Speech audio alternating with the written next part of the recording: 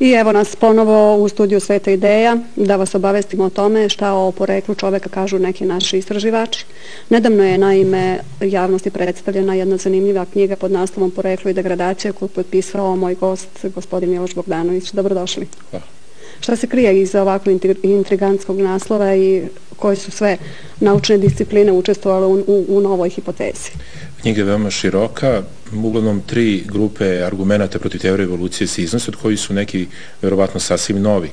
To su lingvistički, genetički i psihološki argumenti protiv teorije evolucije.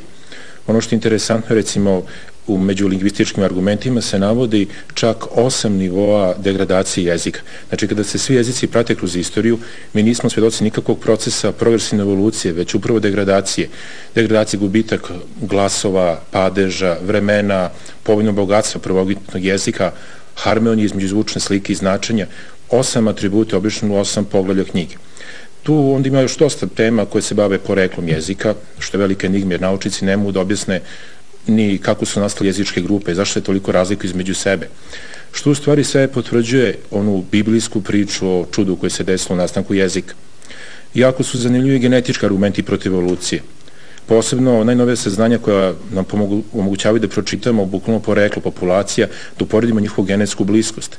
Onda se vidi veliki fenomen da kada se gleda međusobna genetska bliskost raznih populacija na osnovu strukture gena, primećuje se, na primjer, da nema nikakve analogije između nastanka crne, žute i bele rase. Rasni tipovi su nastali različitim zbog adaptacije iz različite uslove. U početku nisu bili različiti? Da, znači, zato što po Bibliji pre potopa su postali savršeni uslovi na zemlji. Postoji vodeni omotač koji se srušio za vreme potopa, bila je konstantna temperatura, a godišnja doba, leta, zimu se pojavljuju po Bibliji tek posle potopa. Nema efekta staklene bašte i nam odjednom smeta, te nam je hladno, te nam je toplo, ptice, znate, mora da lete sa severa na jug, pingvini dobijaju dvostruki sistem krvnih sudova, dešava se čudo. Tako se čudo dešava u adaptaciji čoveka. Međutim, dokaz božanskog čuda te adaptacije u tome što po teoriji evolucije treba da prođe nebrojeno puno vremena i godina, da su svim tim mutacijama pojave neodgovarajuće, da se formira žuta rasa i crna. Žuta rasa da se formira, pa to je toliko atributa za mraz. Znate, ostvo znojnih žleza da se čovjek ne bi osušio na suvom vazduhu kad je hladan. To su onda psihološki instinkti, instinktivan strah od vode, potreba da se prave zalihi u nepovoljnim uslovima, vi kad naćete neku voćku vi morate da je sačuvate. Znate, tu imate, ti ljudi danas skupljuju značke marke Slaveta ako nemaju šta drugo. Kad pojedu suvišnu hranu, odmah hodu u salu, dok mediteranci su uvek mršavi. Ima toliko tih atributa. Međutim, taj period, proces evolucije, nije ostavio nikakvog traga na neutralnim genima. I indoevropeni, nordijski rasni tip, oni su genetska braća od Mongola, ali jako se razlikuju fizički zbog adaptacije. Znači, sam proces adaptacije po evoluciji bi morao da ostavi traga na neutralnim genima, a to ne postoji. Vidi se čudo. Onda imamo druge argumente vezane za nastanak čoveka. Znate, kad bismo imali poređenu grupu pasa, ne znam, pudlicu, pa vučjak i tako razne vrste, mi smo mogli da zaključimo po veličini da je ova vrsta nastala od ove. Tako evolucionisti u nemoći da objasne poreklo čoveka uzmu nekog rasnog tipa, kao što se desilo sa kromanjoncem, pa kažu mi smo njega nastali. Međutim, u enciklopediji Britanici možemo pročitati da kromanjonac dan danas živi u švedskoj pokrajini Dalarne. Kada istražimo tu populaciju stanovništva Dalarne, vidimo velike razlike antropološke u odnosu na ostalo stanovništvo Skandinavije. Vidimo izražen nazalni govor, znate, ono kuvar iz Maperšua. I vidimo neke posebnosti, vidimo tačno antigen koji je specifičan samo za njih, HLA28. I gde god taj antigen postoji u svetu, on je sva populacija zajedničkog porekla da posjeduje. Mi vidimo upravo iste atribute kromanjonskog rasnog tipa. Vi zapravo hoćete da kažete da kromanjonac nije naš prapredak, nego u stvari da je naš brat, kako biste jeste, to se lepo vidi. Tačno vidi koja grana naroda, a najveći dokaz da on nije naš predak je u tome što njega svude po svetu karakteriše nulta krvna grupa. Nulta krvna grupa je po literaturi naučnoj, ne po, mislim, po udžbenicima, vidjet ćete, ona je nastala oštećenjem A krvne grupe. Tačno određenim mutacijom 258 nukleotida guanina ne je nastala nulta krvna grupa ODA i zato su svi potomci nulte krvne grupe međusobno antropološko slični. A pošto kromanjonac ima nultu krvnu grupu uglavnom gde god postoji po svetu, nemoguće da je on naš predak, jer ne može neko ko ima oštećenu A krvnu grupu pa je nastala nulta, do njega nastane A krvna grupa ili B. To je jasan dokaz protiv evolucije. U ostalom, kromanjonski tip, gde god živi po svetu, to su nilovska grupa crnaca, ima isti antigen HLA28, imaju ga današnji ostaci sumerske civilizacije, kašijici tamo u Iraku, Iranu, imaju ga Patagonci, Oni su svi antropološki slični. Nemoguće je čovječanstvo zaista toliko staro, a da su oni sačuvali svoj genetski i uopšte psihofizički entitet. Oni su veoma slični. Da, oprostite, posebno me zanima gde su Kromanjonci u našoj zemlji. Njih ima dosta u jugoistočnoj Srbiji, južno od Niša. Znači, kao što Dalarno odlikuje nazalni izgovor, tako i oni govore onako kroz nos. Ima i dosta i među Albancima. Ima i dosta na ostrvima u Dalmaciji. Oni imaju izdužene lobanje, imaju jedan čitav skus svojih posebnosti koji je jako, znači, sliče, veoma su slični crncima, znači, centralne Afrike, nilotskoj grupi crnaca i Patlagoncima.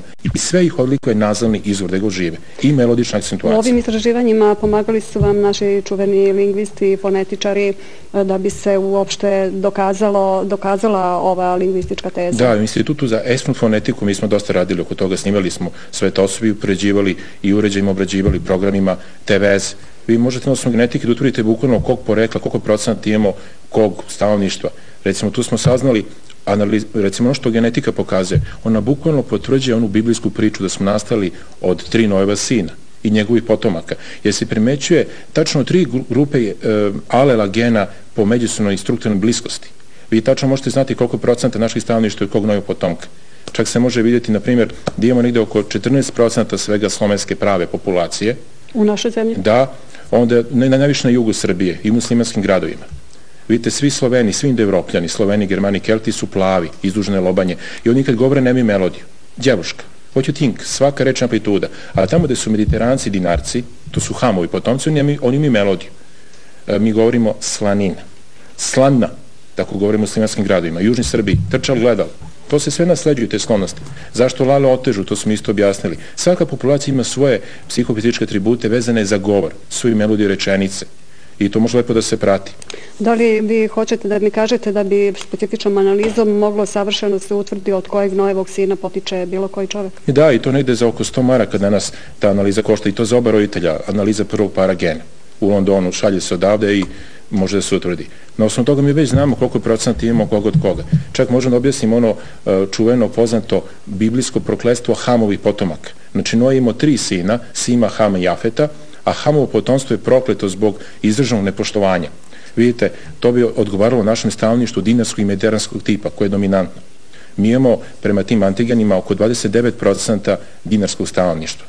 Znači, 29% stanovništva ima dinarski antigen HLA-B51. I da god njih imamo po svetu, mi primećamo veliku sličnost u karakteru. Da ne mogu da trpe nepravdu. I da ne mogu da se slože između sebe na nivou kućnog saveta. I to, kao što pišu u Bibliji, uvek iskoristi Jafetovci i njima zavladaju. Pošto ne može se složimo, dođu neki koji su razumniji nešto malo od nas i onda zavladaju. Tako pišu u Bibliji, bit će Ham sluga, Jafetu i Semu. Vidite ko se ima dinarsku genetiku. Znači, zapadna Srbija, Crna Gora, severna Crna Gora, Hercegovina, Gruzini, Kurdi, Paštuni, to je Talibani, jug Saudijske Arabije. To se jasno vidi na genetičkim mapama. Svaka populacija ima svoje slabosti genetske koje nasleđuje. Tu se vidi još jedan argument protiv evolucije. Razne te slabosti, te razne grešne sklonosti, one popuno sporavaju te revolucije. Čovek će da žrtvuje egzistenciju radi užitka. To ne može da objasni nijedan evolucionista, zato što čovek koji je sebičan nema evolutivnu prednost, jer mu je važnije kako se osjeća zbog tog potrebe za užitkom, nego kako je stvarna potreba života. Pošto svi imamo taj duhovno nezadovoljstvo, taj problem, mi pokušamo da razni vidovima opijanja zaboravimo na to duhovno nezadovoljstvo i tako postajemo sebični i opterećeni raznim gresima, koji se razlikuju. Pa vi kad gledate mape, tačno vidite, na primjer, zapadni mediteranci, gde god su zastupljeni. Što kaže Dvorniković, naš antropolog, da pravni sistem kod nas ne može funkcioniše zato što sudije ne sude po pravdi, nego po srodstvu. A zašto? Toliko smo sujetni, da nam je važnije šta će ko da misli o nama, nego šta je pravda. I to se tačno vidi, da god imate antigen, vidite sklonost ka određenim slabostima i tako dalje. Evo, meni je jako žao, ja sam pažljivo slušala neke od vaših argumenta, sadržane u ovoj zaista inspirativnoj knjizi, ističu nam poslednji minuti namenjeni za ovaj razgovor.